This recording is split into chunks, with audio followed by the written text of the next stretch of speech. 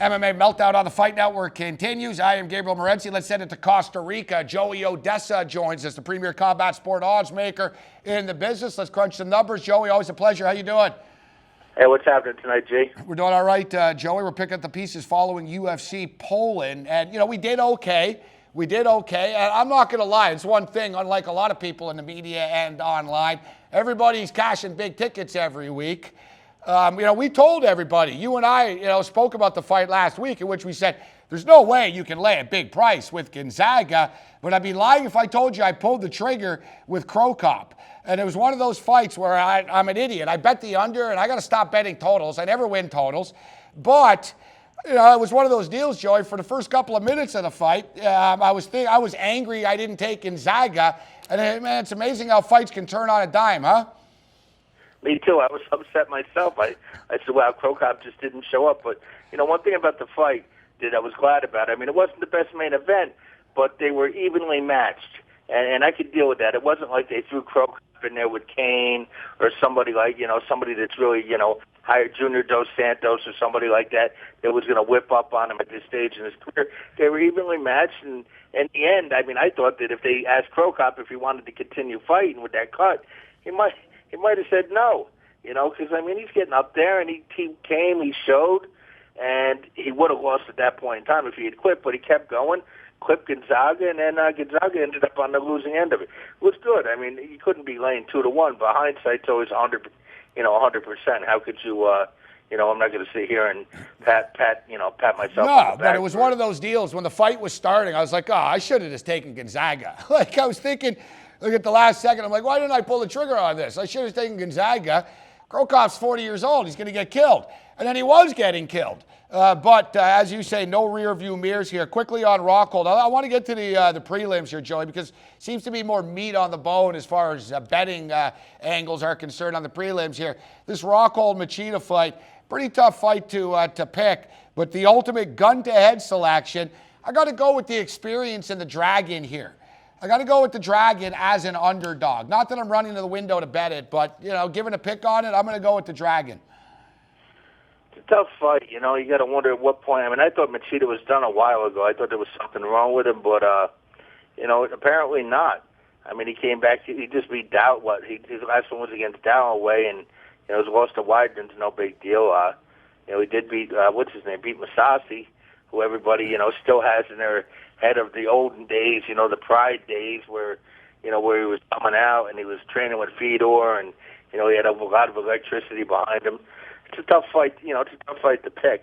I'm probably not going to touch it unless I hear something late.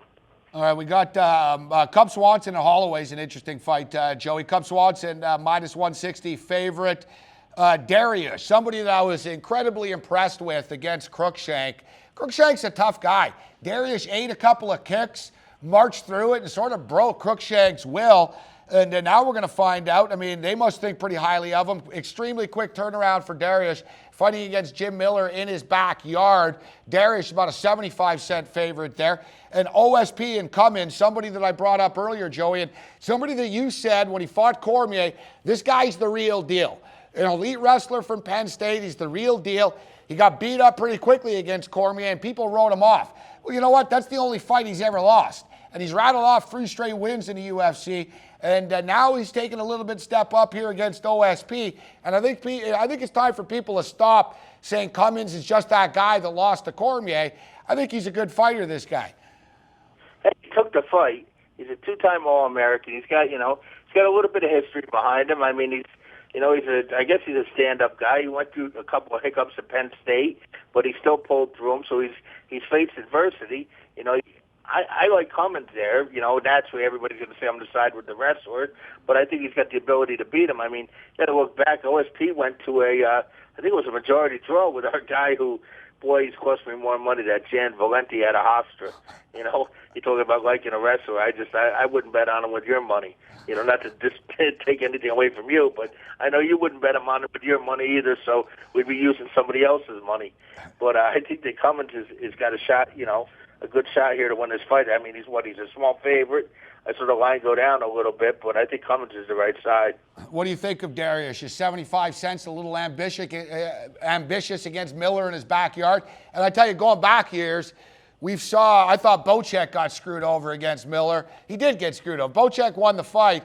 You know, Newark's one of these places, your backyard, Joey. It's one of these places where the hometown calls do happen. Well, we're going to see with these judges. I'll say one thing about Poland.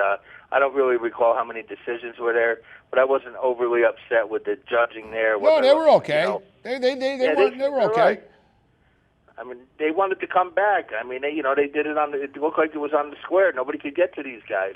But Miller fighting at home in Jersey, Darius coming off the performance of the night against who I think is very good, that Darren Kruzchank. You know, we're going to see a lot about Darius. We're going to see his emotional maturity, see if it got to his, if it got to his head, he's in there against a seasoned veteran. Sorry to cut you off there, Joe. We've only got like 1 minute left, and I know you want to get to Jimmy Hetz, and we got Jimmy Hetz and Brandao on the card. Brandao is one of these guys that the public just loves continuously, even if he loses, huh, Joey? They just run to the window with this kid all the time. 10 times. I mean, he's down there with Jackson, I guess, or he was with Jackson, and he's almost a 2-1 favorite now. I don't think he should be that high. Jimmy Hetz, he's coming off a loss, right? If I'm not mistaken, he's coming off a loss, but he's 11-2. He's from PA, and you know what the thing about Hetz is? He's lost to better guys. The guys that beat him are better than Brandao. I like Hetz here. I think Hetz can win this fight. Joey Odessa, you can follow him on Twitter over at MMA Odds. And Joey, you've got a website up and running right now. What's the website? Real simple, Odessa.com. There it is, Odessa.com. Thanks for the time, Joey. Thank you, Gabe. Have a good one. There's Joey Odessa with us. We'll take a quick break. And you've been warned, people. We've got some nasty-ass videos coming up next.